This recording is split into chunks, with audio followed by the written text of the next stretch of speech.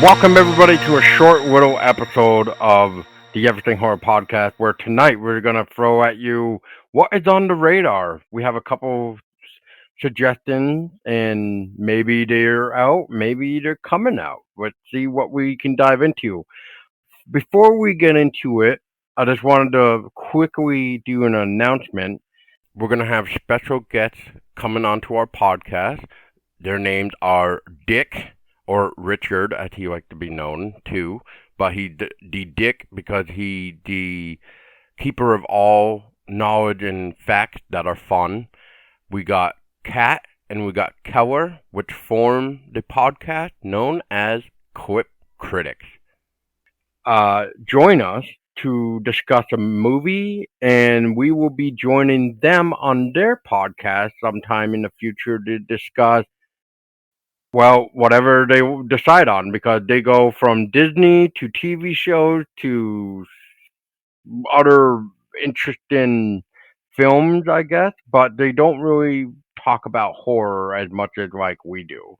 So it'll be interesting to see the collaboration for that.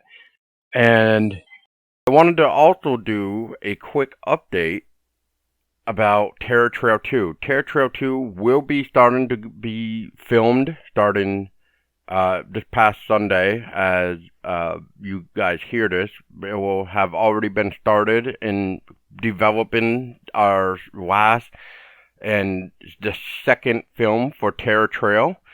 And I can't wait for hopefully this to be finally completed and everything and get it out there and it can finally be done after 2 years of being pushed basically. And this will be the year that it will be out this October. And finally, we have a special guest as well by the name Ken Artuz. Ken, welcome back. Hey, Paul. Thank you for having me back. Great to hear from you. Hope you're having a great day, week, month, year. There's a lot of in real life situations going on out there, but we could always find comfort in a good conversation about horror. Indeed, or punching a wall is always nice too. But yeah. No, I don't do that. Maybe punching a pillow would be great. That way you don't have to rush to the hospital for a broken hand and whatever else. So Well, it depends on what type of wall. These days, they build apartments here in New York City with plywood, and I think it's sheetrock. You could just break it with no problem. Back in the hundreds of years ago, you can't punch the wall because they were made out of brick. So, yeah. Well, we digress. right. Yeah, and it's just always I don't know, fascinating and everything and just like um everything is being made now with materials where it's like, what's the easy route of doing this? Like, what's the cheap way of getting it done?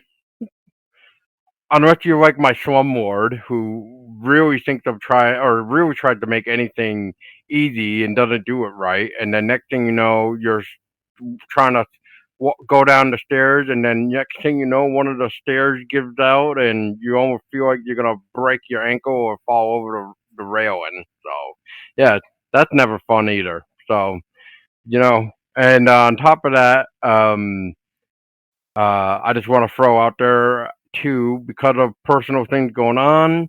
I don't know when or we're gonna see Tessa on again because she basically moved out of state to try to work on things on finding a better place for us, I guess. But I just don't like the decision and everything else. But that's really nothing to go into details of. But I just wanted to point out too that Tessa it won't be around for a while. It seems like so. I just wanted to throw that out there. So without further ado, Ken, let's just start with you. What's one of the things that you wanted to talk about? What is coming out or has already come out that you would like to talk about? Well, here's a good scenario, a business scenario. Yes, we got to talk about business here on a horror podcast. How so? Let's say, for example, you have a product and you release your product to the market and it garners a large following. You have comic books and movies, the whole franchise. Everyone loves it, but you're not part of that project anymore for a few years. 2 years pass by, someone else picks up that project as a remake, but you come up with your different project and it's going to be released almost simultaneously. So we beg the question: if a product that you released before on the market garnered a large following, would that large following go to the remake, or will they follow the new project that you have in development? Now, that was a long-winded scenario to describe Dead Space. Now we know Glenn Schofield was behind the original Dead Space. Now he's behind the Callisto Protocol. The Callisto Protocol and the Dead Space remake are going to be released almost at the same time. So where will the community go? Would the diehard fans shift towards the new project, or will they check out what Dead Space remake has to offer with a whole new team and development and everything? I personally think they're gonna check out both, just because of the fact of how much dedication that the new creators um, are bringing to the table for the remake, which is Motive Studio and Electric Arts, which are the publishers. The engine is Frostbite, and the developer is Motive Studio as well. But I believe, yes, yeah, okay, I'm looking at the right one. I just wanted to make sure. Um, Honestly, from all the videos that I was watching about this remake, it sounds like they really outdid themselves, honestly, Ken, between remastering the audio, if not making brand new audio for all the guns to make them sound badass, more badass. Uh, like everything else looking better, much more what's the word I'm looking for? Gloomier, I guess. On top of adding new things as well, so it's not just the same game with just the with a slap of the remake title is what I would say. But from everything that I've seen, even though there really isn't much, because unfortunately they kind of just showed a little gameplay, and even that gameplay was just kind of like a few seconds of them shooting the gun to kind of give you that sound and show you the suit even of what they did to the suit, which they changed it up a little bit. They made it more uh polisher. Like they polished it more. And then I feel like even the environment just looks, I don't know, just looks more brutal looking. Which what's your thoughts on that? Have you been keeping up with any of those videos? Yeah, you see, that's the question right there. I enjoy the lore behind Dead Space. I have the books, I have the comic books, I've seen both movies, and it's just fascinating how everything was developed. Now, we're not going to go into how the franchise went belly up, but the lore is nice. That's what attracts me. Now, the Callisto Protocol, I'm not going to say it's the same, but it's the same genre, same space type of creatures, survival horror, and it has its differences. Now, you're right. People would favor both if they're horror fans of survival horror and everything else. But I'm leaning towards the Callisto Protocol. I want to see what new things, what new lore is added to the whole mix, because we already know what happens in Dead Space. Mhm. I'm torn, actually. but I'm favoring more the Callisto Protocol. Okay. What I've seen and heard about the Callisto Protocol, this sounds more intense than Dead Space even was. There's more hand-to-hand combat, from what I understand, against other people's hands, or if not a tentacle, as they put it.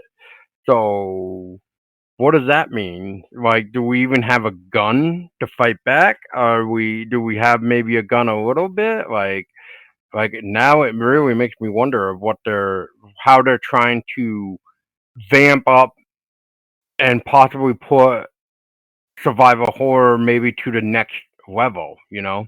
Exactly. But the way that from the footage I've seen on YouTube, it seems like it's going the straight path of limited weapon. But of course, this is what we're going by video. Hmm. Limited weapons, survival horror, and I'm guessing you either fight these creatures or trying to run away from them, just like in Dead Space. Right, but every now and then, though, you had to have a combat system, obviously, if something jumped at your face. But most of the time, you could literally, though, aim and kind of uh, side walk around a corner, if not, checking out a door. At least get it close enough to open the door so you can kind of pan the room right before you have to step in the room far enough so that it triggers that next uh, piece of action. I guess I'm gonna say. Like, I remember the part where you step into a room and it has to be a specific amount of steps, and then they walk you in the room, and then you have two of those creatures that basically put their needle mouth into your forehead and bring you back to life, basically, like resurrect your corpse, I guess. And it or reanimate would be the better term, I think. But there was two of those fuckers, and I remember like there was a lot of dead body too, and you were like, "Oh shit," like I gotta kill these assholes. So, that was just fun. Yeah. Yeah. I'm reading the whole synopsis for the Callisto Protocol. So the protagonist is at a prison set in 2000. Wait, how do you say that? The year 2320. There we go. So he's at a prison. Connolly, he wakes up and there is an alien invasion that appears to have been engineered by the prison's warden. Right away, you know what that reminds me of? Which one? That video game, The Suffering, that the Mm. convict wakes up in the jail and they had all these demons in the facility. Hmm. Although I was gonna say that almost sounds like Dead Space 2 again, like the opening of it, where Isaac Clarke is having that nightmare, Right. and as he's getting checked out through with the doctor's appointment, I will just say for the thing here, that's when that doctor is then grabbed from behind and gets turned into the creature because that thing got him. So then now within this nightmare, you have to run as Isaac away from the quote alien invasion before he wakes up Right. in his apartment. Oh, right. Yes, yes, yes, yes, yes. I remember that. Yes, yes, yes. Yeah, so that's what that part just reminded me of. Right.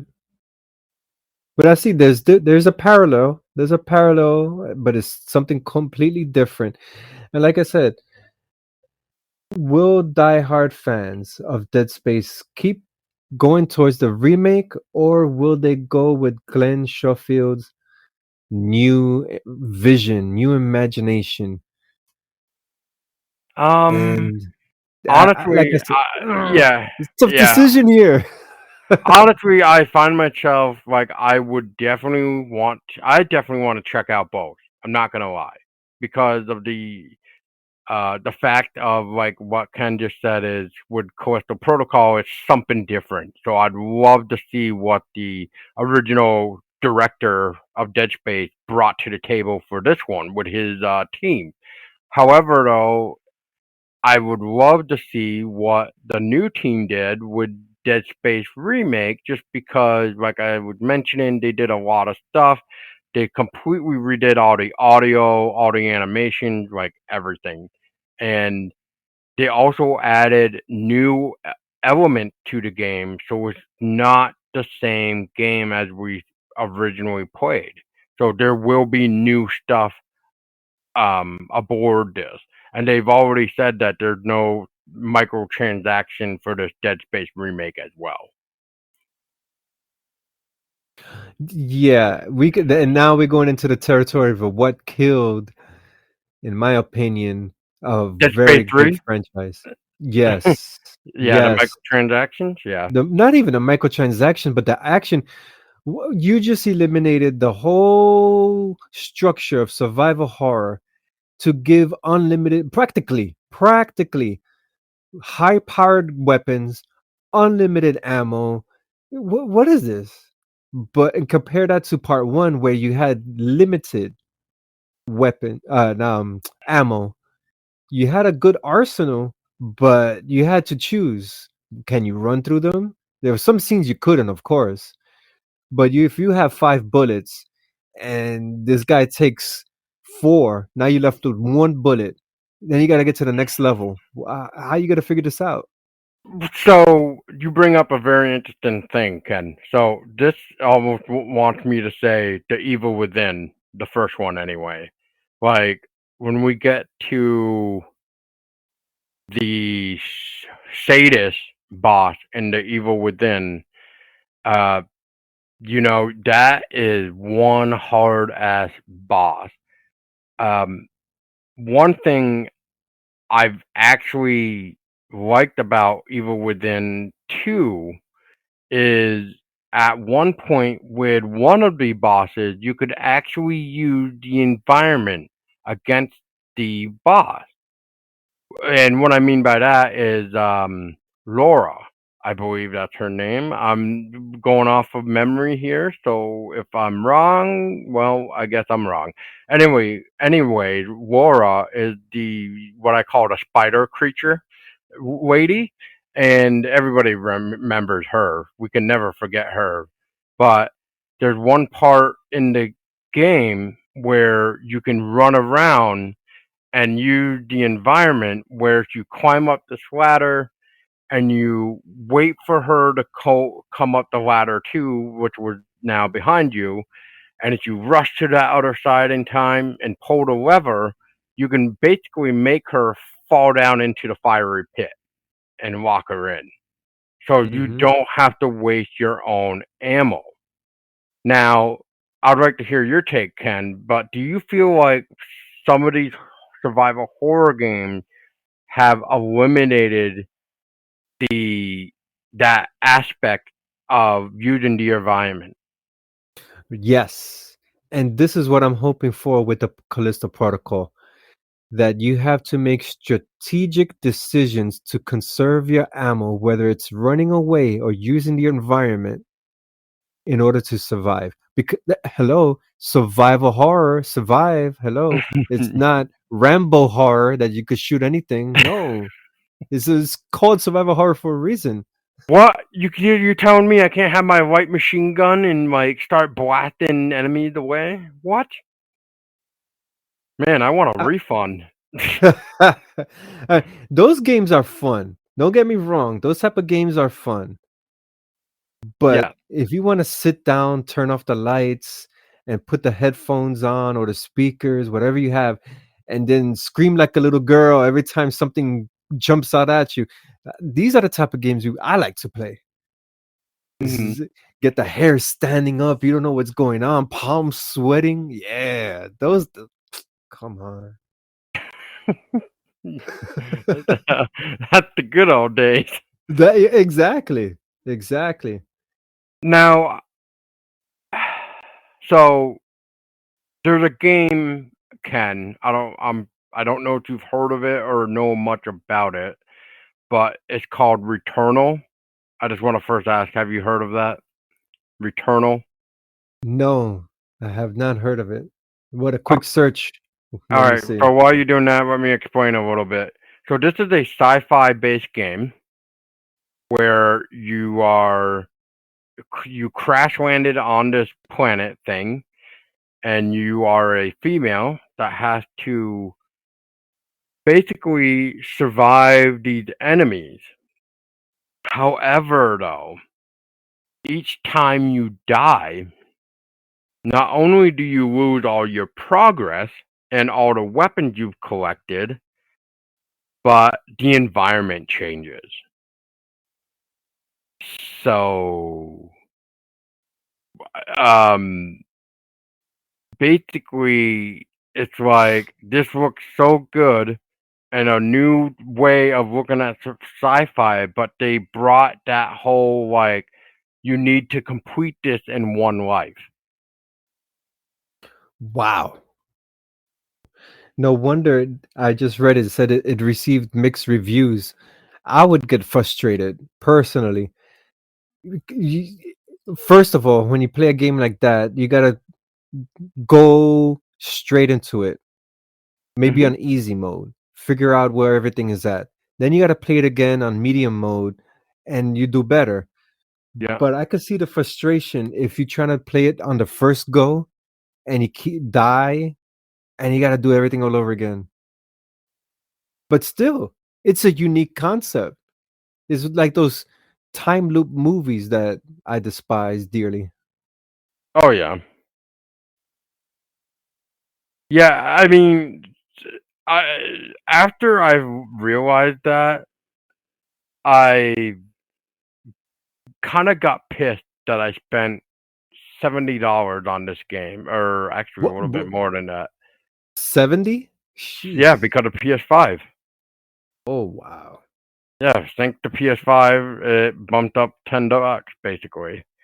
So because of the quote better graphics, but or whatever. But I mean, some games I can definitely tell the difference between the PS5 and the PS4 version. A good example would be like Life is Strange. That's a really good example of the PS4 and PS5 version. And that's one thing I Gotcha. also like is with games as well nowadays. And I think Callisto Protocol might be doing the same thing. Is you can pre-order the when you pre-order the game, you can also get the PS4 version and the PS5 version. I love when they do that. But you know, because of Returnal though, Ken, it it almost makes me skeptical now to even waste what to say $70 to $90 because if I want that digital deluxe edition, it's like, well, is it worth it for me to spend, you know, that much? Right. Yeah, because you have to justify the value of what your purchase is. Yeah. And then when you get it, and I kind of wish PlayStation would like Steam, where if you don't play it in 2 hours, or if you don't have a gameplay logged hours of 2 hours, you can get your refund, 100% back money. What I hate about PlayStation is their policy basically is you cannot download that pre-order. So that's the only way you can get your refund back if you do not let your system automatically start downloading the game. Because Mm, as soon as that game starts downloading, your refund is out the door. You're not gonna see mhm. it. Yeah. Yeah, that's why I before I purchase a game, I see the reviews and I wait for the price to go down. That's first of all, because man, a shilling, 80, $70 a pop. That's No. The way the economy is right now, no. Oh, So I the wait. economy is definitely horrible right now, but yeah, so you wait. Yeah, I wait. I read the reviews. Sometimes when new games come out, there are bugs, Yes. but that influences the price point because we've purchased in our household games that had bugs and the price reduced to like 20 or $30. Then the bugs are fixed. And guess what happens? They jack up the price to the original price. Hey, I come out winning because nobody told you to lower the price in the first place that dramatically just because it's got bugs. Fix it. Put an update. That's it. Mm, with the horror. Are you talking about the Cyberpunk 2077? Oh yeah, that's one of them. That's one Oh of yeah. them. That's one. And we got the game. It had Mhm. its bugs, but you know what? We'll deal with that Mhm. for the price. Come on, I'd rather spend $20 on a game, new, brand new, than $60, and that's how much we paid, $20. And they put the update, they fixed everything, and then they jacked up the price to 59. No, 55, I think it was. Hey, we came out winning. That's true. That's very true. That's why sometimes I like to wait for Black Friday even because sometimes you get some pretty good deals there. Like I got Ratchet and Clank um, a long time ago when they first brought it back to the PS4. I don't think it would. I think it was just called Ratchet and Clank. I don't think there was anything else to that title. But like I waited, and next thing you know, I got it for $10 for Black Friday. Yeah. And especially with games like you are you want to play it, but you're unsure, you're hesitant, you don't want to make that commitment. It's like marriage. You're getting married to a video game, especially a horror title. You don't No. know if it's gonna scare you or not. So you're like, okay, let me see how this is. Okay, whatever. You have to make better purchasing choices more so now than before. That's why if I'm gonna choose to, if I'm given the choice, buy one, Dead Space remake or Callisto. I'm going with Callisto. It's new, new idea, new environment, new gameplay, new everything. And plus, the guy has a great vision. Glenn Schofield has great vision with horror. I'll go with that one. That doesn't say maybe when Dead Space remake goes down in price, I won't get it. Of course I will, but I'm leaning more towards the other side, just to get more bang for my buck. Okay, yeah, I see what you're saying. Yeah, I will touch on that as well by saying, yeah, Collective Protocol definitely got my attention a lot because what's also state as well can that Collective Protocol comes out December 2nd, 2022, while the Dead Space remake comes out January 27th, 2023. So a couple, like basically a little over a month apart. Uh, so you got to look at it like this as well: new experience or a game that I've sort of played but just has some new element to it. You know, so in this case, I would say Callisto Protocol definitely has my attention more than Dead Space, unfortunately, because I feel like I've already played Dead Space, so I don't need to spend full price again. But one thing that I was just thinking about right now, Hmm. if the success for Callisto Protocol is what it would come out to be, maybe that itself will create a franchise on its own, and it'll bridge out and spread out just like Dead Space did with graphic novels and movies and all that stuff. I'm thinking we haven't seen that lately. We haven't seen that success over the past few years. And No, no, don't even put Resident Evil into the mix. No, that's no, I wouldn't even gonna put that crap in there. But no. um, But I think what I was trying to say is, well, that's kind of the thing now, Ken. Though it's like they make games more challenging in a way where it really takes the players out. Like Returnal, the game I'm talking about here, where basically you have to beat this game in like one life. but I don't know how long the game is. But you got to also remember, if you die, everything you've collected is now gone, and the environment changes. So it's not like you can get familiar with each map because there's quite a lot of different environments. Like every time you open up the what I'm going to call the front gate, after you have to get out of your stupid ship again and see that cutscene like 5 million times, it feels like. But once you pick up your pistol, because that's the starting weapon they give you, the goddamn pistol. You basically now have to basically ask yourself, okay, does this look familiar to me to the point where will it actually connect to this area that I know? And half of the time, no. It is completely different every time. So, where you thought you picked up this machine gun, for the example, now that's no longer there. Now it's placed in a different area. So now you have to go through these harder areas just to get this submachine gun, Wow. and you have a pistol. I like it already. I like it already. Yeah, I'll drink to that.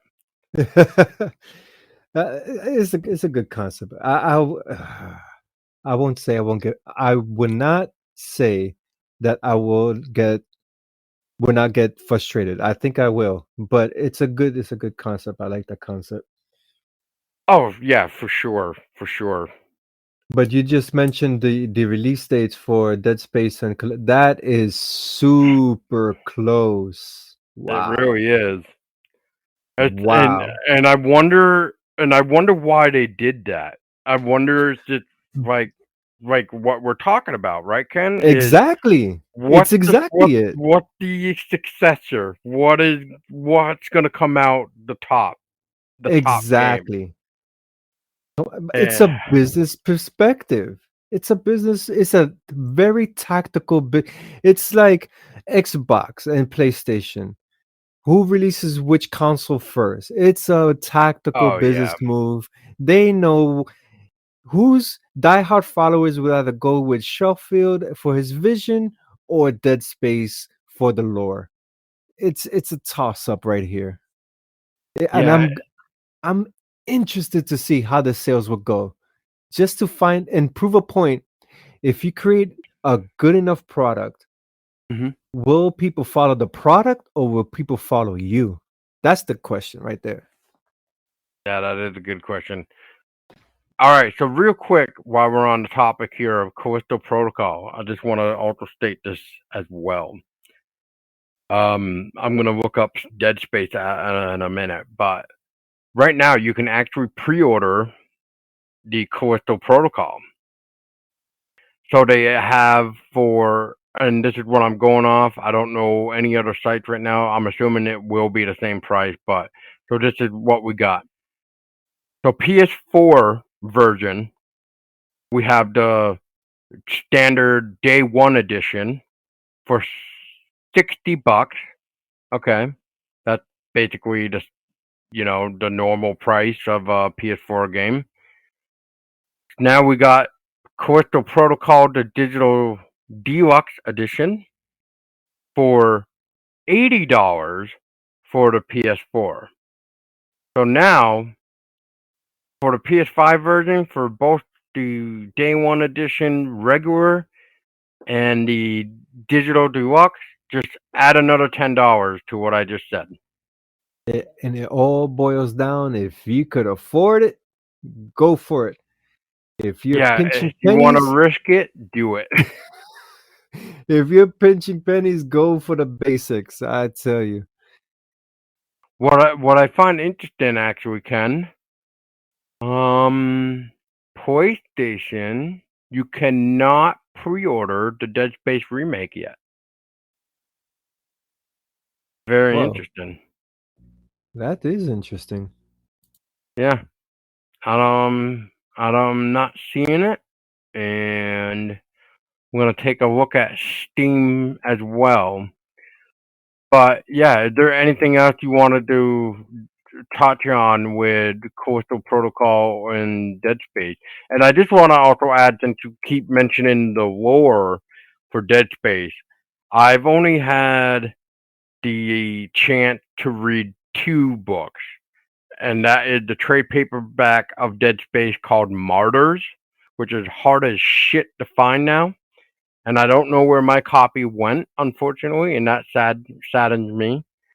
And then we also had that one um Dead Space comic that is now drawn a blank on me. But if I saw the cover, I could tell you that was it.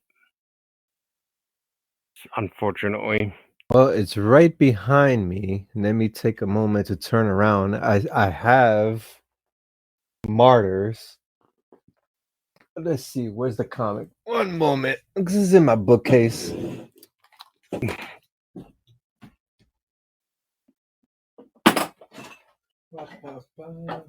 I think it's called Salvage. Where you at? Where you at? Salvage. That sounds right to me.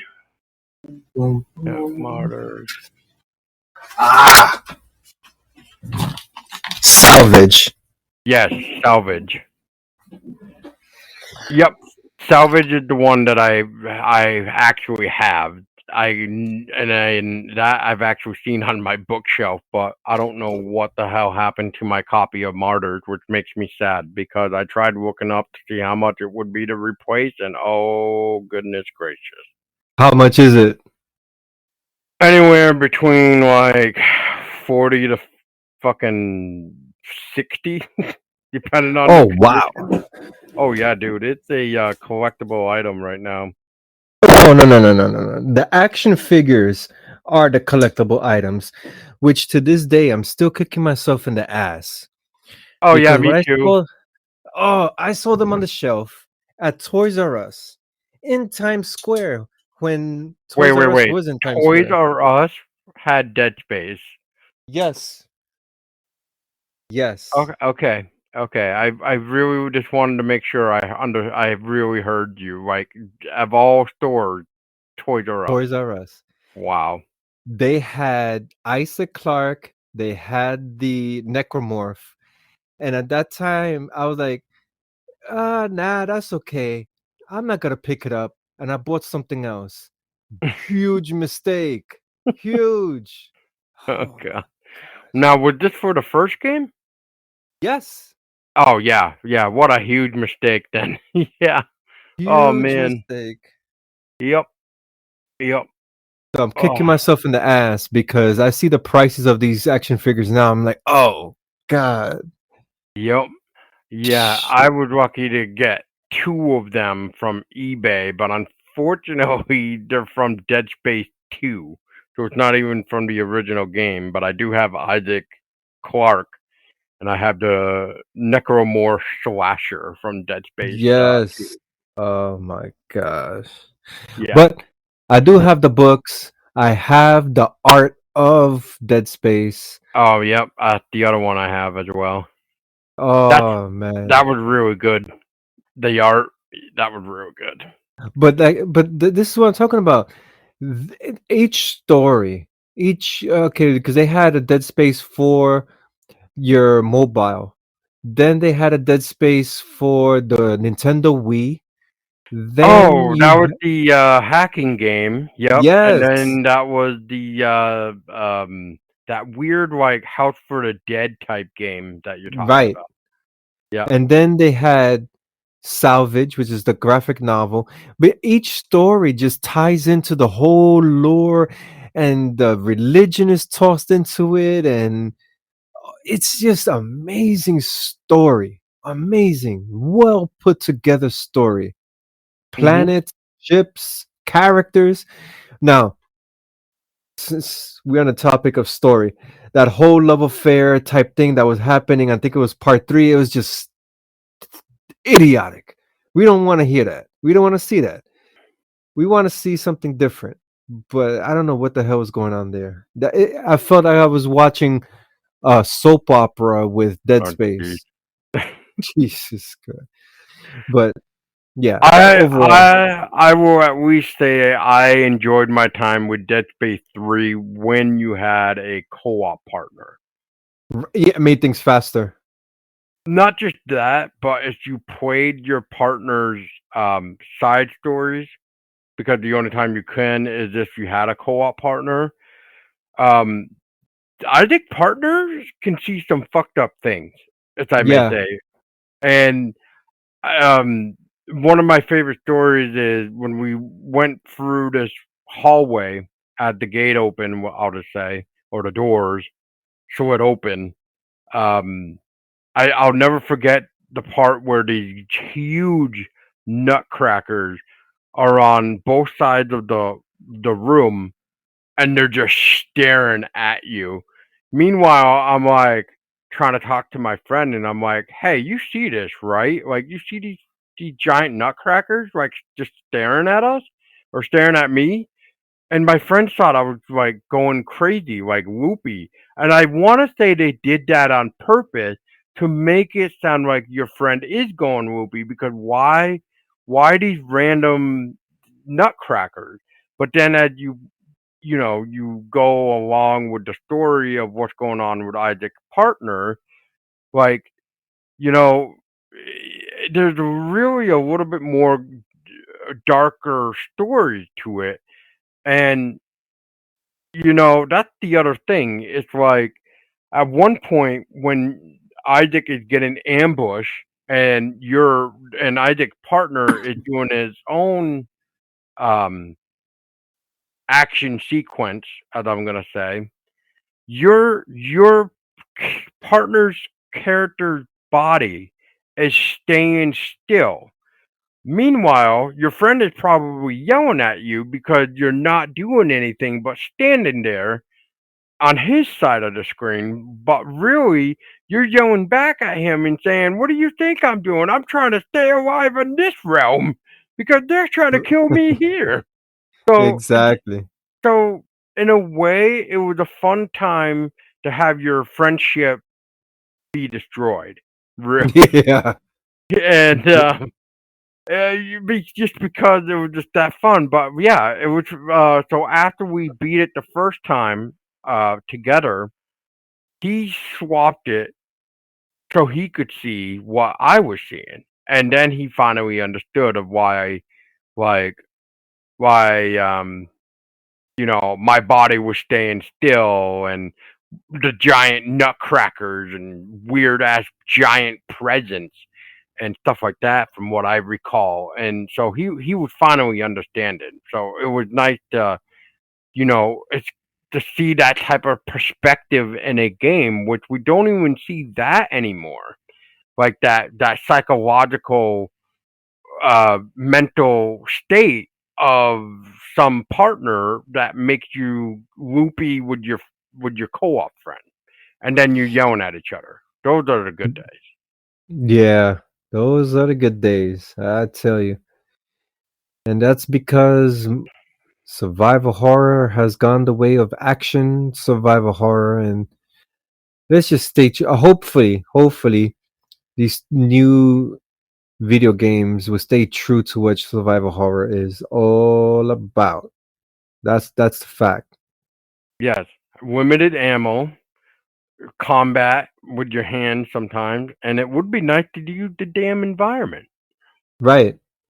And of course, don't forget solving the occasional puzzles. That too. Well, that's always there, but yeah, I get what you're saying. It's kind of like Silent Hill 2. It was a nice mixture of puzzles and combat.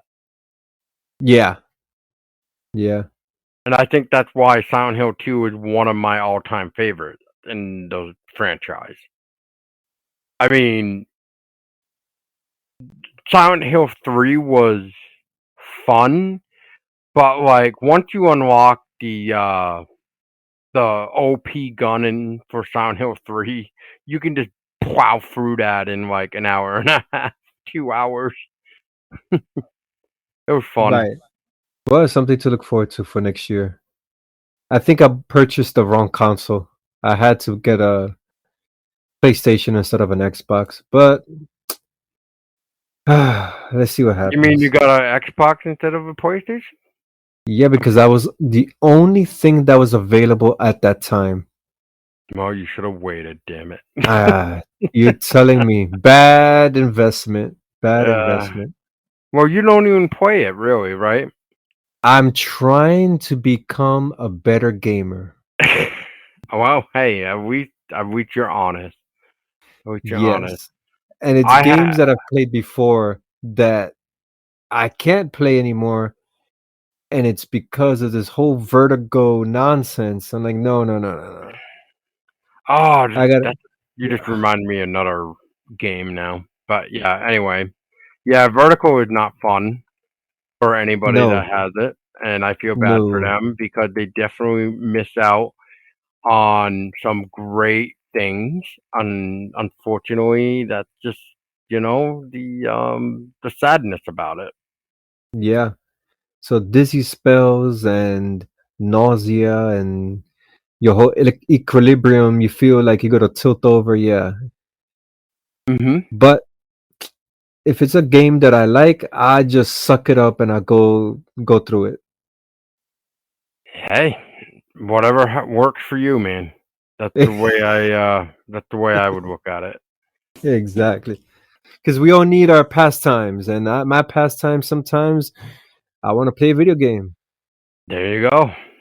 Hey, I rather control the character in the video game than to sit for 2 hours watching a plot unfold in a movie. Oh, There's jeez. no, yeah, there's no interaction. No, not really. Yeah, Unless you're in the interaction movies where you can right, actually do choose your own adventure kind of thing. Those are always right. fun. So that's why I prefer these video games. Plus, whenever you have a creative drought, and I know for those creatives out there that are listening, and it happens, whether you're a writer, painter, whatever, and you have that wall that you hit, and you want an outlet.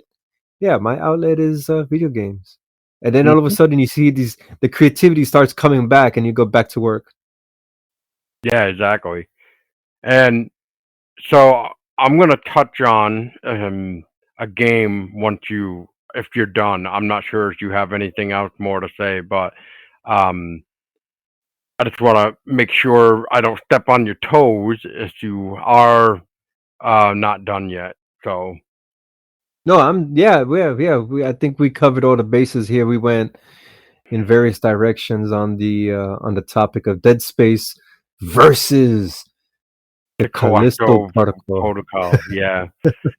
All right. So my last question to this, Ken, and this can kind of go, I guess, with anything, any other game in this case. But so, what is your opinion on the prices being the same price between buying it on physical to digital version? Do you feel like it should stay the same price, or do you feel like a digital copy of the game should actually be less?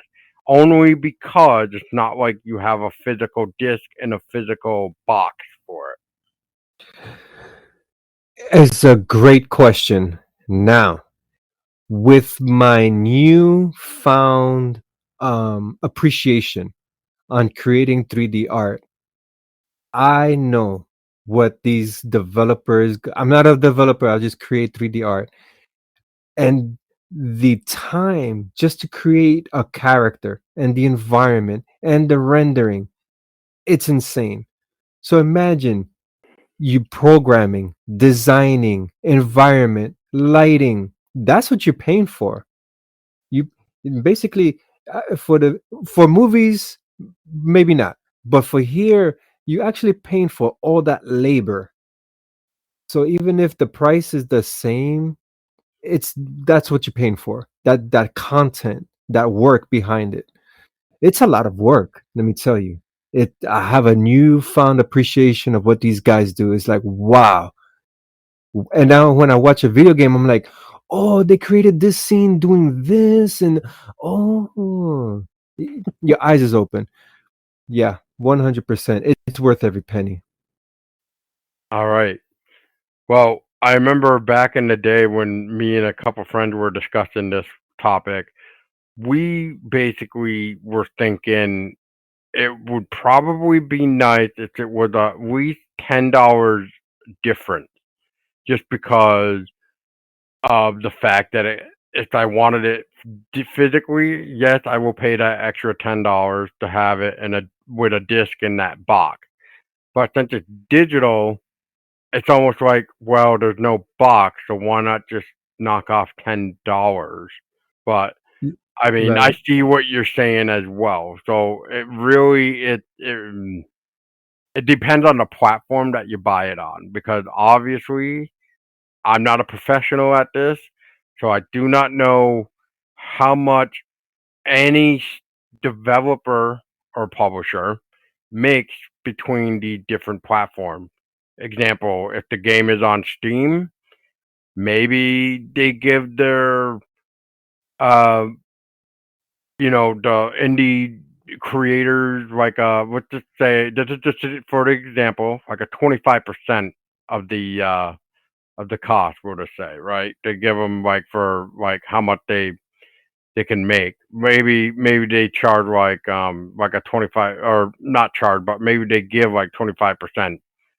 But then when it comes to PlayStation, let's just say same game, what if PlayStation now only pays like 10%? Who's getting screwed? Right. Yeah. But it's always those who put the hardest labor who gets paid the less. Maybe I'm wrong, maybe not. But in the case of musicians, musicians get paid peanuts in comparison to everybody else. That's why musicians have to go on tour in order to get their revenue.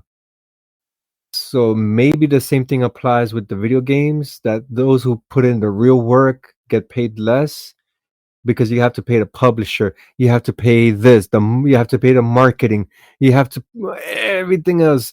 By the time those $60 go down to the content creator, it'd probably be like $10 or something. You never know because there's Well, so many hats involved, so many. the reason why I say that is because there's this company by the name Artifacts Monday who make these hidden object games. They finally were bringing their games over to consoles. However, at one point, they actually bumped up the price on consoles by $5 because they were not making back their money. And that's why I said the question is, how much do these platforms actually pay these creators for every purchase? Right. Yeah. But anyway, um so going off what you said about Vertigo, Ken, I don't know if you heard about this as well, but it is on Steam. I'm heard rumors it's supposed to come to console, but I don't know anything. I just know it's on Steam.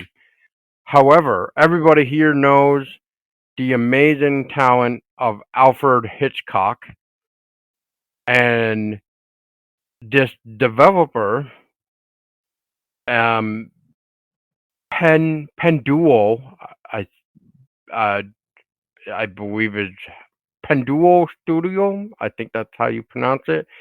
P Uh-huh. E Pendullo. LO.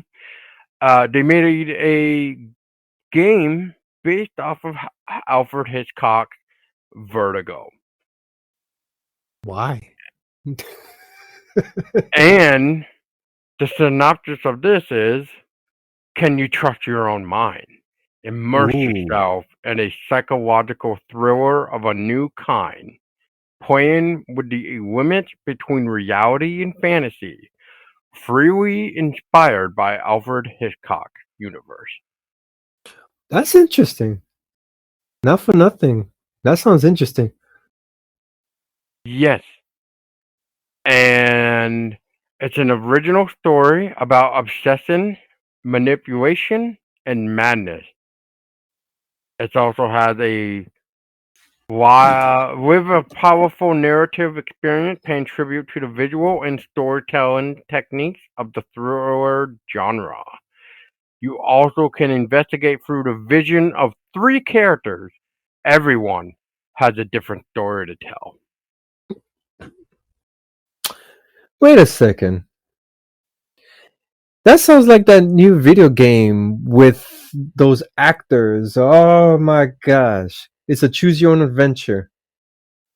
You talking about The Quarry? Yeah. The Quarry is actually the remake of Until Dawn. No. Yep. Yep. That was actually one of the games that I was actually going to talk about. So, since we're on The Quarry for a minute, The Quarry is a 2022 interactive drama horror video game developed by Supermassive Games and published by 2K Games. Players assume control of 9 teenage counselors who must survive their last night at Hackett's Quarry summer camp amongst supernatural creatures and violent locals. Hmm. It's they have told us that it is basically a Resident Evil reboot, remake, whatever you want to call it. I think I remember the word remake. They basically almost have the same people from the original game, but there is some new faces, and one of them is Lance, who played Bishop from the Alien series. We also have Lin Shaye in it. We also have another known actor, which his name is escaping me right now, so god damn it. But everybody knows him, who plays the counselor, um, the counselor, like one of the main counselor leaders, I'm gonna say. His name is seriously escaping me, and it's not what I want because I cannot think of his name right now, unfortunately. And it's kind of pissing me off because I know his name and it's frustrating me. But yes, basically they wanted to make a different type of Until Dawn, so they and basically like you know uh, brought him back. Ah, David.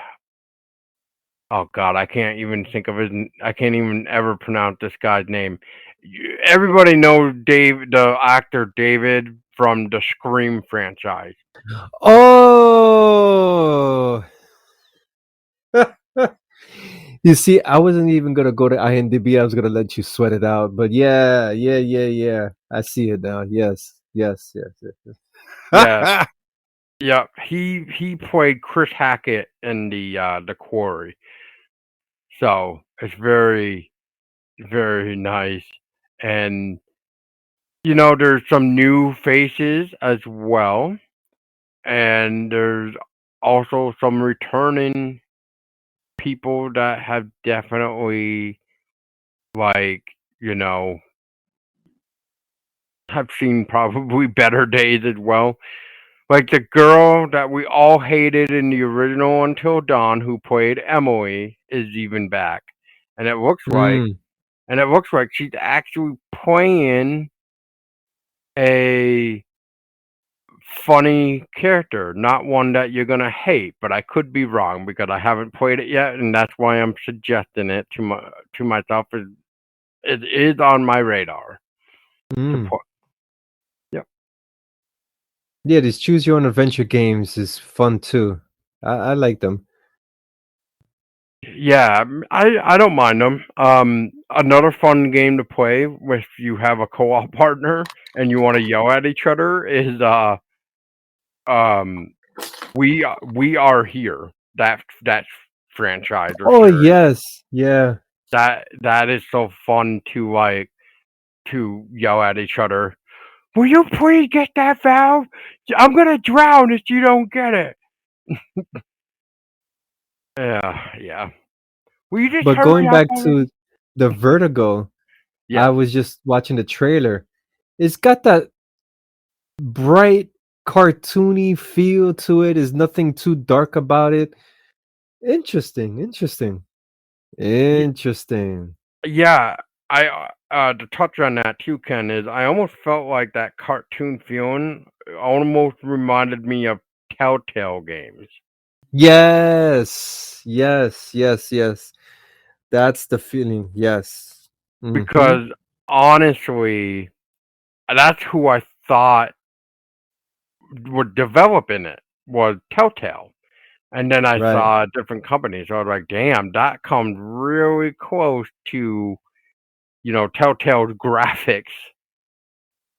right. Which is nothing wrong with the graphics. I like the No. graphics from Telltale Games. I like it. Yes. Yes. I mean, that might be one down the road that I'll definitely check out. I know right now it's on Steam only, but I'm hoping maybe we will get a chance to see it come to consoles. Right.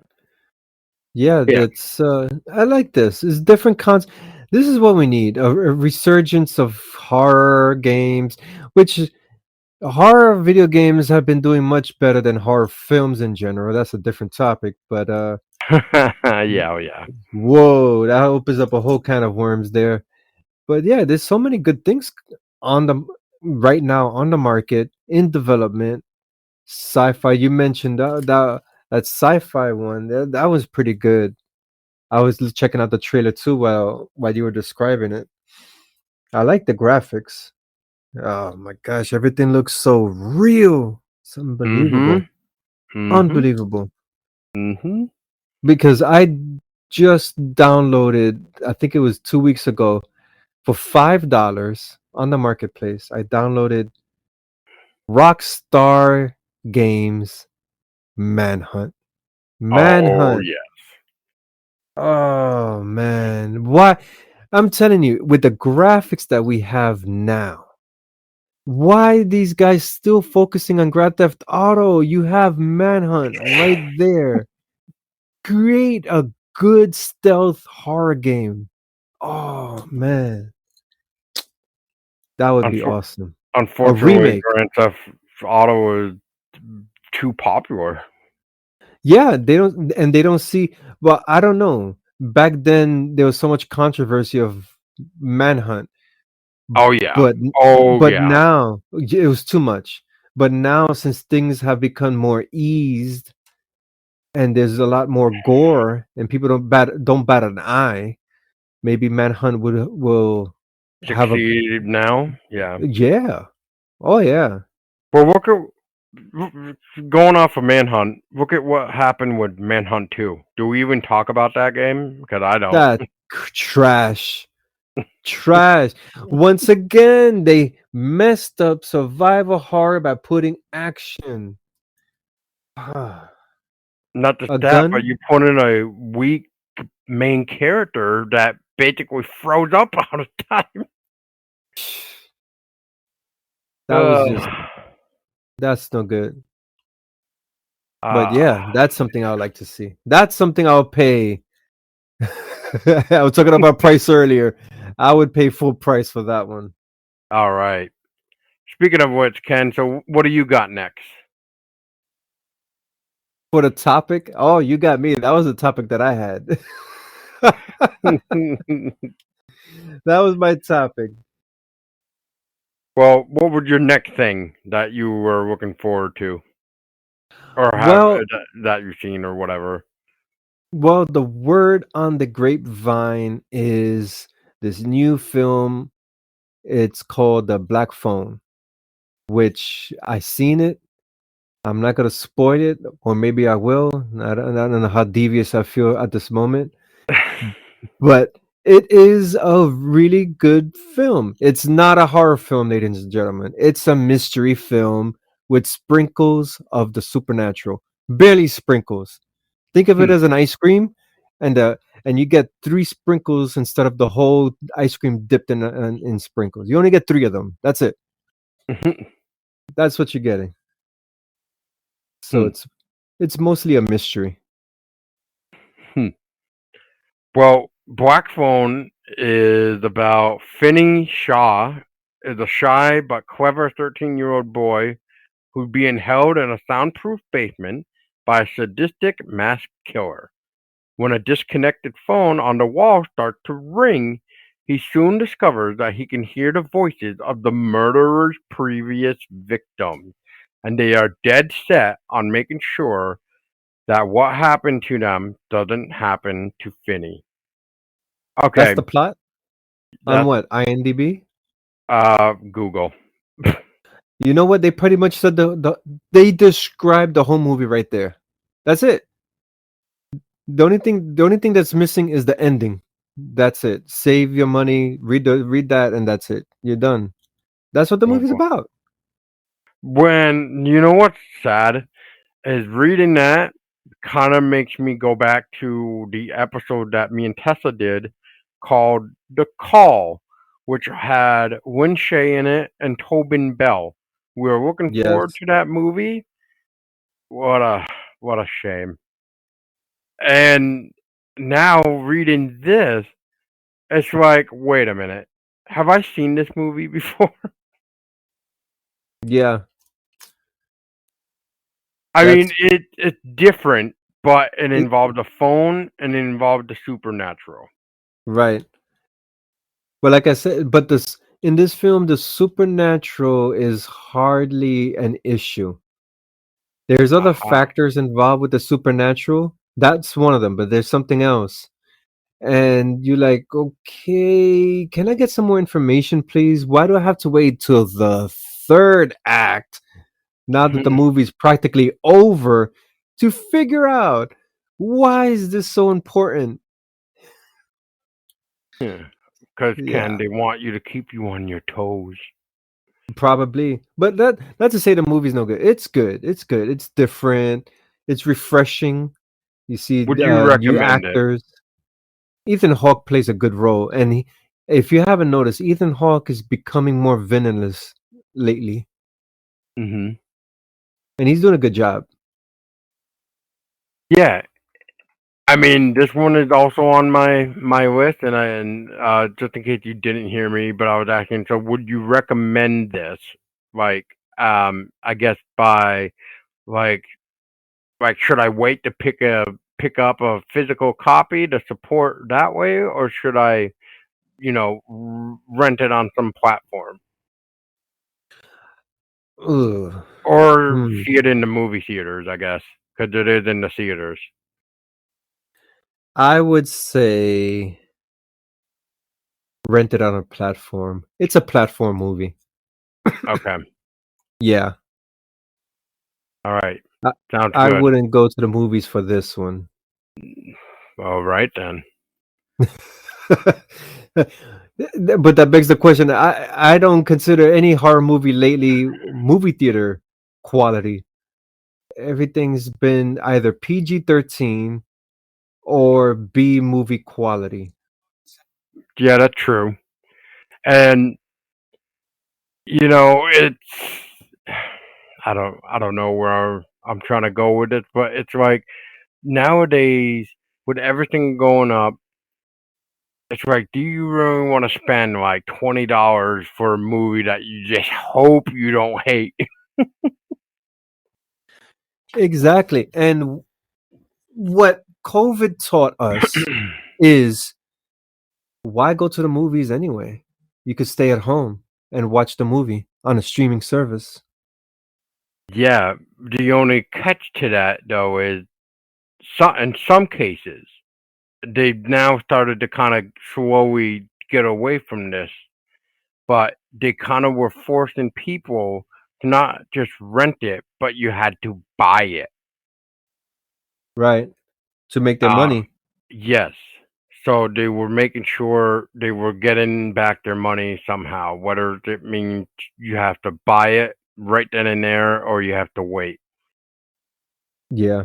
But this brings the case when I think it was Spielberg and Glenn Close when they were bitching that Oh boy. Netflix should not get an award for their films because it's not in the movies. Then all of a sudden COVID happened, and who was getting award nominations. Oh, I don't know, streaming services because movies were closed. So all Right. these people that were protesting have no say because if it wasn't for streaming, the movie industry would be dead, dead, dead, dead. So let's go back to the streaming. I think movie theaters is obsolete.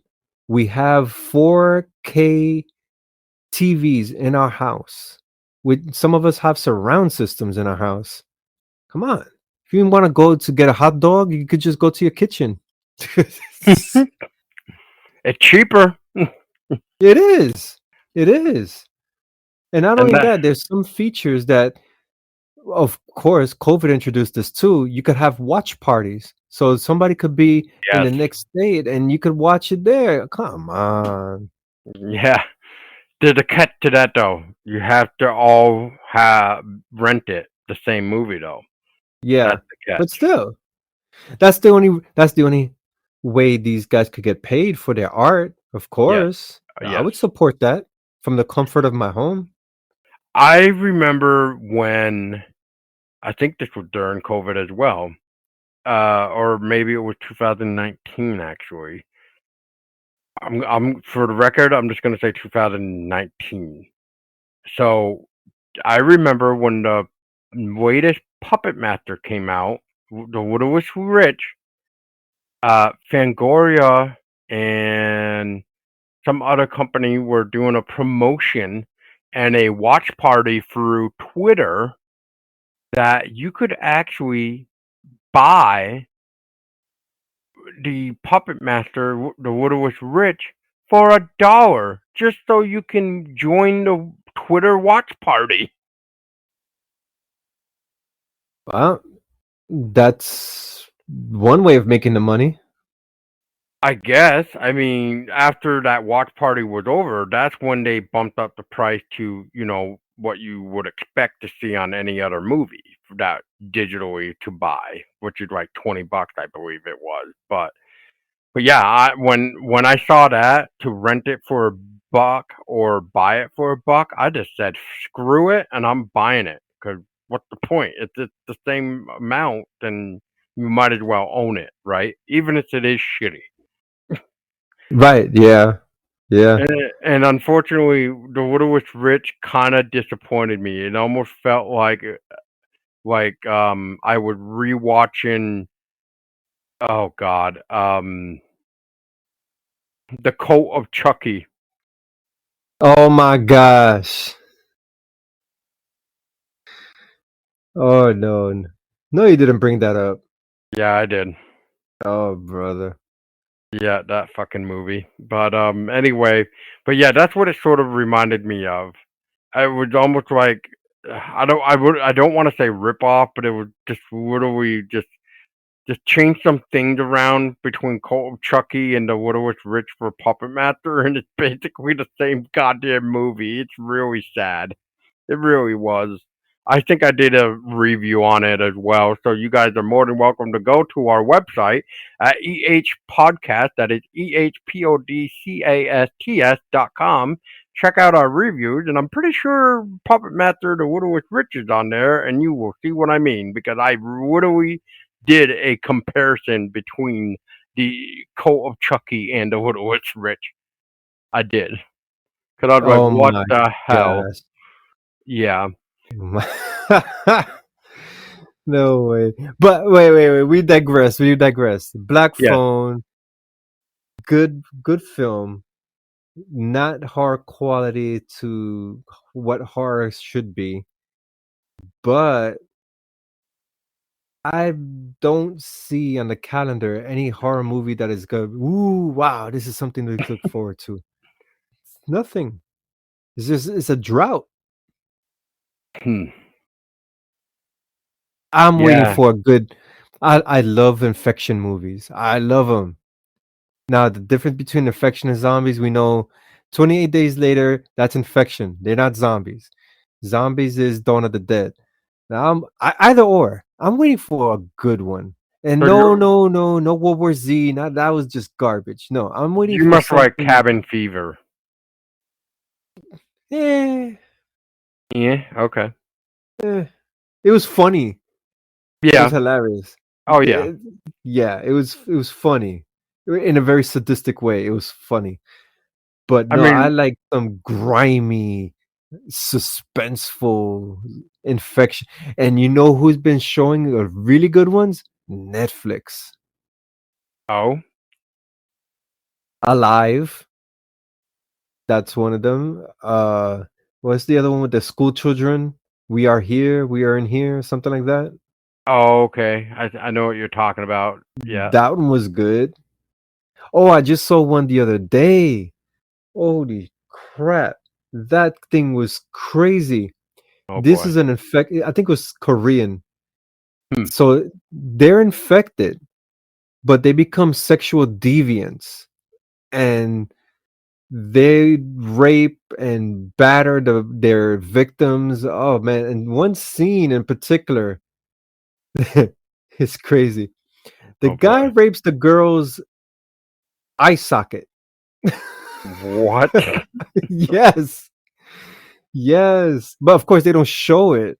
But let your imagination work in that scenario. I was like, what the hell am I watching here? Oh man, that was a good one. It was a good one. The Hmm. gore factor. The gore, come on, the Asian market, no holds barred. They go all out when it comes to gore. Oh yes, they're not ashamed of it at all. And you know what? Speaking of like gore and like mysterious psychological stuff, I will have to throw out the movie Incident in a Ghostland. If anybody likes that director's work, I can never say his name right. It's Pablo, and then I don't know how to pronounce his last name. But he's known for the original French Martyrs.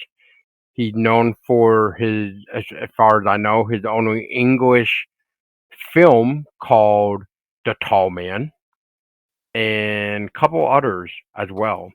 And his shit is redonkulous. And Incident in a Ghostland is just that much more disturbing as well, because of the idea behind that one. Whoa, I gotta check this out. Yeah, definitely check it out. It's like I find it disturbing in the way of how they presented that film, I guess. And then like what I like about his work is the twist that he brings, which makes me want to go back and watch his other film called House of Voices. I haven't seen that one yet, but that one was before Martyrs, so it makes me wonder what House of Voices is like. Hmm. Hmm.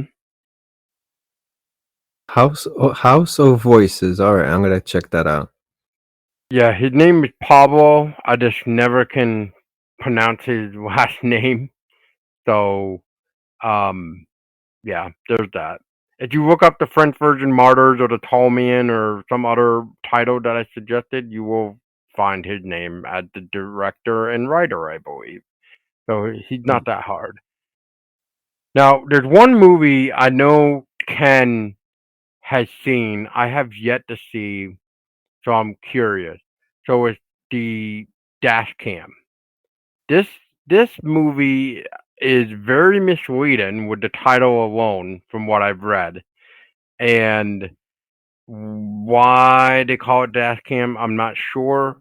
I guess the director did write out a statement, basically saying why it's called dash cam, but I have not gotten a chance to read it. But just to you know read the short little synopsis. Two friends embark on a horror-fueled road trip and live stream the most terrifying night of their life. Right there in that title alone. How does the dash cam live stream? Because most of the Yeah. time, from what I saw, it's on a fucking phone. And then what makes no sense of this movie is that they're in an area that's supposed to have no service, but yet there's somehow still able to be connected to the stream? I am That confused. that doesn't make sense. Yeah, me either. But Ken, isn't this one that you actually watched? Dash cam? No, I don't think so. No? Okay. Maybe I'm thinking of something else then. But yeah, Dashcam looks interesting. I'm hearing a lot of mixed reviews, and the director was Rob Savage, who also wrote Dashcam. Rob Savage is also known for Shudder's original called Host, if anybody remembers that one, which Uh-huh. involved the webcams, I believe, through Yeah. the computer. Everybody loved Host. Now with Dashcam, not so much. It seems like it's bouncing all over the place with mixed reviews. However, Yeah. though, Hmm. I'll just say I will at least want to. I still want to check it out. Just like I have to get around to watching Host, and I still haven't seen it, which is sad, and I own it. But yeah, that's a different story. Hey, it happens. It happens. Oh yeah. But I'm trying while you were discussing, I'm trying to find that zombie movie that I was talking about. I don't Okay. know Well, where the hell did I seen it at? Anyway, but I know it's Korean. That doesn't help. Korean, and it's a zombie movie. Yeah. Well, not a zombie, is infected. So Korean it was in an pretty affected interesting. movie. You're not. Oh no, that's Mimic. I'm thinking of Mimic. No, infected movie. Not the Medium. No, no, no, no, no. No, wait. That one. Yeah, yeah. That was Korean. I believe. No, that wasn't Korean. That was Taiwan.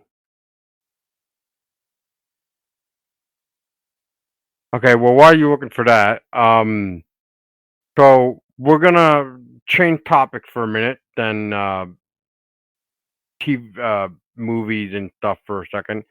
So and we're gonna go back to the video game realm.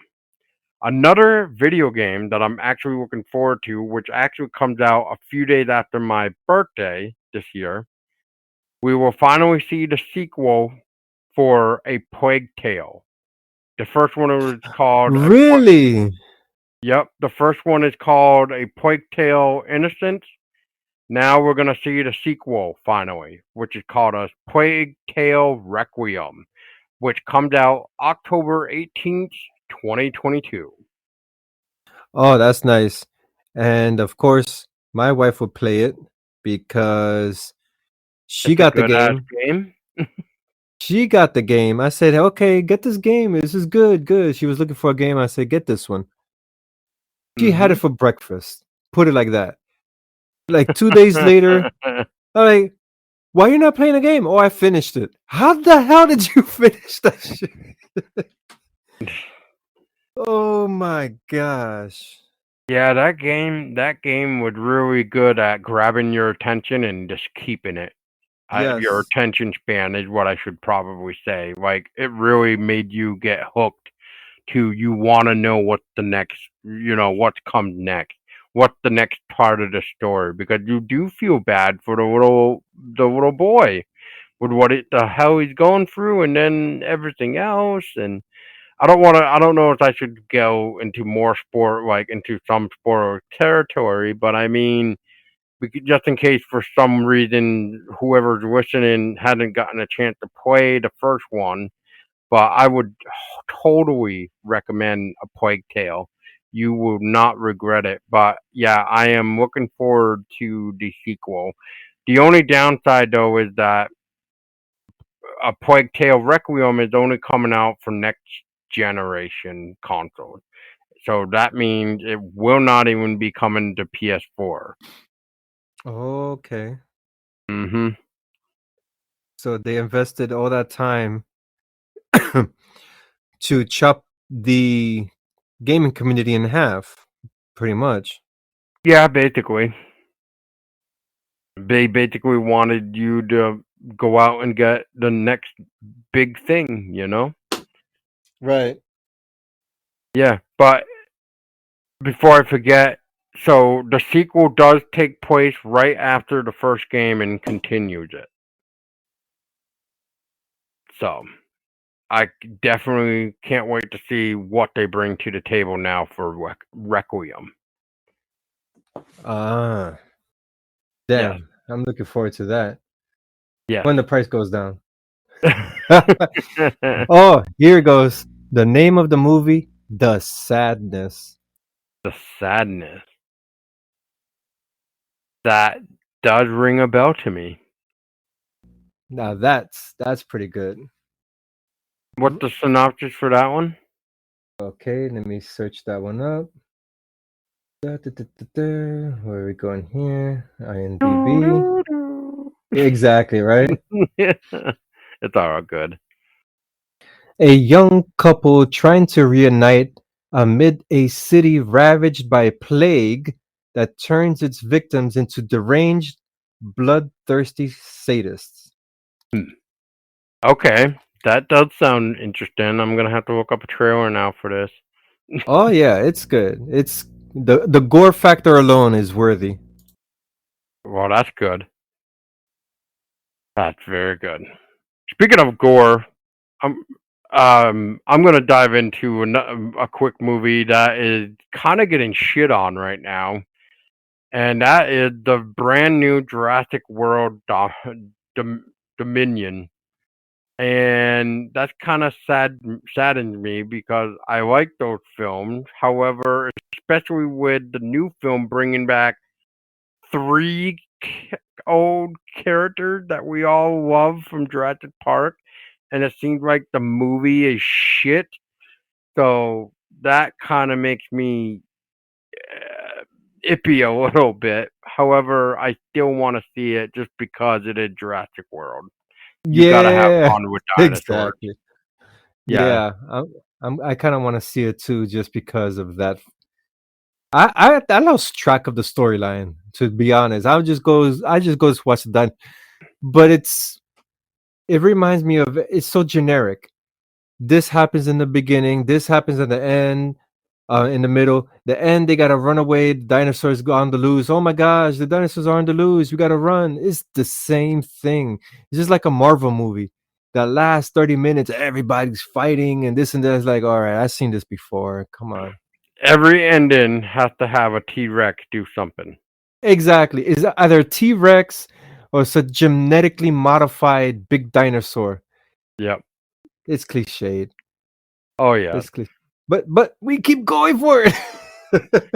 And I think it's because of the dinosaurs. It's the dinosaurs. Honestly, it really Yeah, is. Oh it's the yeah. dinosaur. Oh yeah. They're the stars of the show. Oh god, yeah. And besides the three characters that came back to replay their role for Yeah, Jurassic World, which makes me wonder how they did that. So, like I said, I'm gonna have to figure that out though when I get to it. But exactly. eventually, I do want to get to it. So one day, one day. Oh Um. god. So finally, for me, for the last thing that I want to talk about is so as a kid, we all we all had our TV shows that we just grew up with, and to this day we kind of miss. And an example would be like Goosebumps. We all should remember Goosebumps back in the day, the TV show, how much fun that was. And then we ended up getting the VHS tapes of these TV shows, but it's almost like they edited them into it being like a movie instead of like cutting it out to where the commercial would be. But they sort of kept that aspect anyway. But anyway, one of the old one of the old TV shows I used to watch, Are You Afraid of the Dark? Now, in case for some reason you're still in the dark ages and you haven't heard, Are You Afraid of the Dark has came back as a mini series event, as they call it, and they've already done two new mini series events.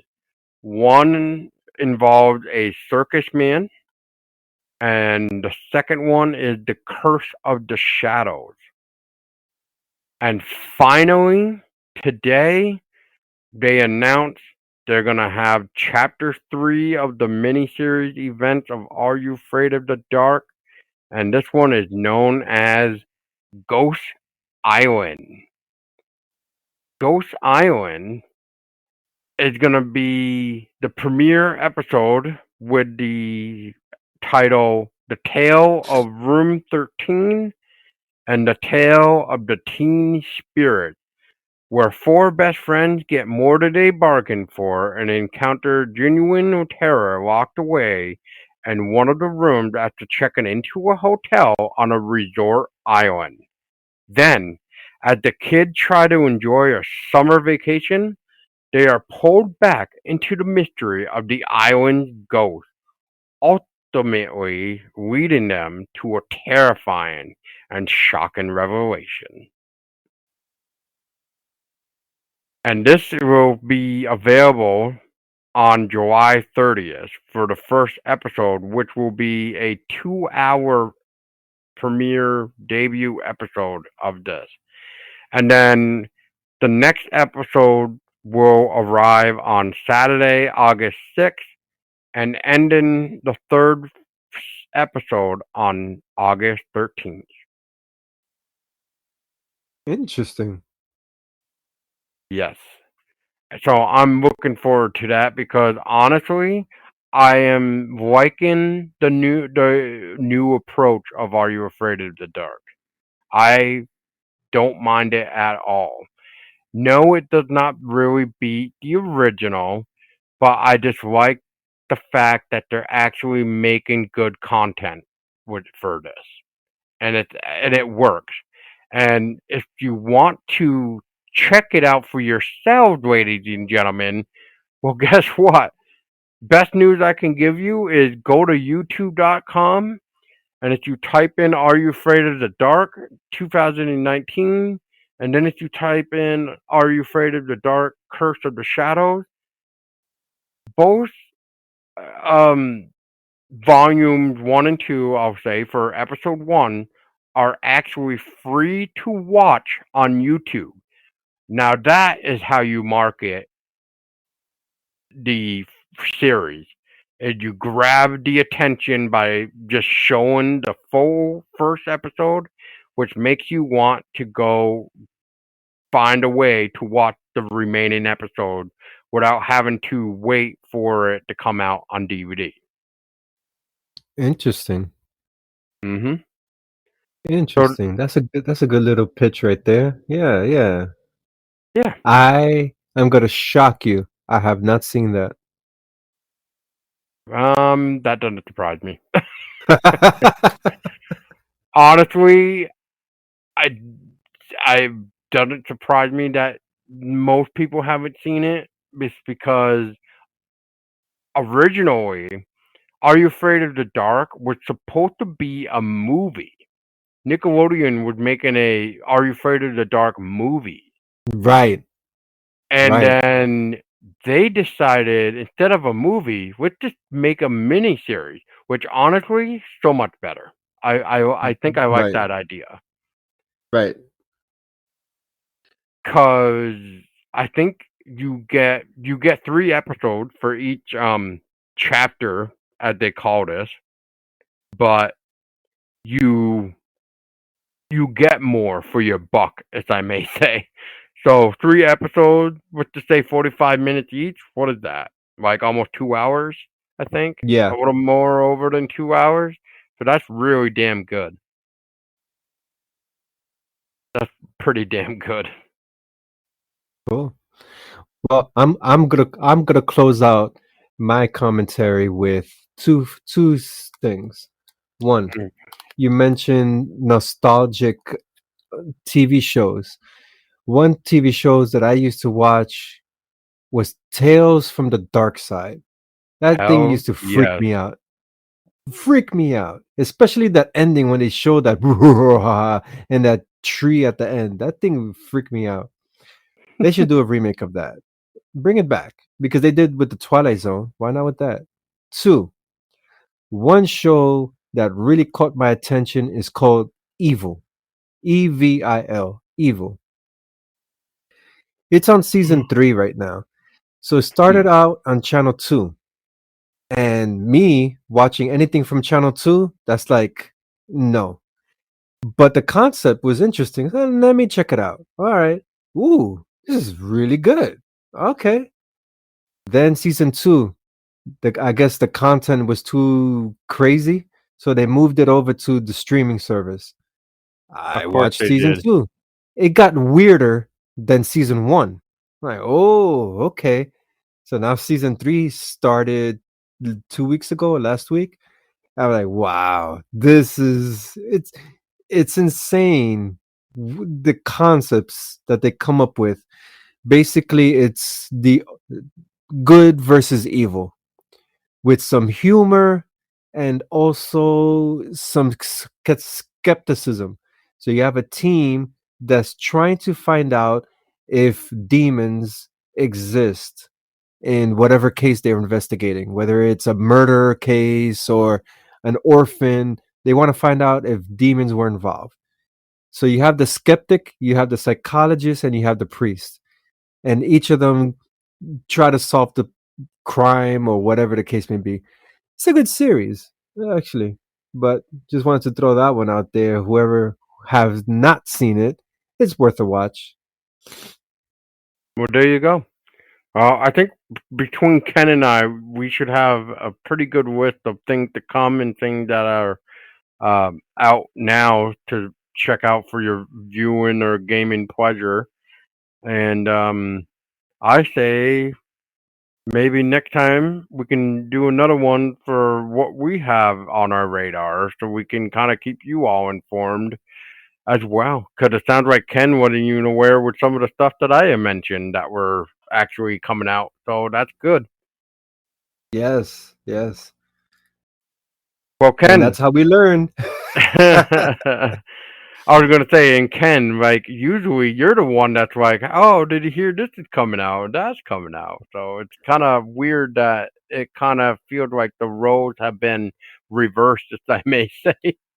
Yes, they have, to be honest, and that's my part. I've been inside my office just creating stuff and enjoying that aspect, and of course, real life scenarios. But I haven't been focused, not 100% into horror.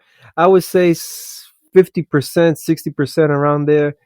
But don't worry, I'm gonna catch up with the episodes, upcoming episodes. I may surprise you with some new content that you haven't heard of. Oh, well, that'll be good because I can't wait to have more to my list, I guess. All right, Ken. Well, thank you so much for your time and everything. And speaking of which, you have been doing some Twitter spaces and stuff like that. So where can people kind of keep up to date with your project that you've got going on? I know you mentioned your 3D art and stuff, and you're also working on an MMA project. So where can people keep up to date with you? Well, you can find me on Twitter. Twitter's the best platform. I'm on there practically 24/7. And you could find me at Mecha X Studios. That's the Twitter handle. That's MECAEX Studios. Once again, MECAEX Studios. That's my Twitter handle. And yeah, I got a lot of stuff in the works. So the MMA artwork that you mentioned, that's one of them. I have something else in the works. It's top secret. I'll be revealing that in the fourth quarter of this year, perhaps the end of the third quarter. Still working on it. Is yeah. All I can say, it's horror oriented. Well, there you go, everybody. And as always, you can always check out the website, ehpodcast, ehpodcast.com, for all your viewing pleasure of whatever the hell you want to look up. basically with our old reviews, interviews that we've done, and our podcasts and everything else. There's quite a bit on there that you guys can look at for sure to see what we've been into and up to and who we talked with. Kind of like the latest interview that I had the pleasure of talking with Steve French. You may know Steve French from the narrator of the Unsolved Mystery podcast. So if you have not checked that out, check it out. And until next time, people, you all have to stay scary.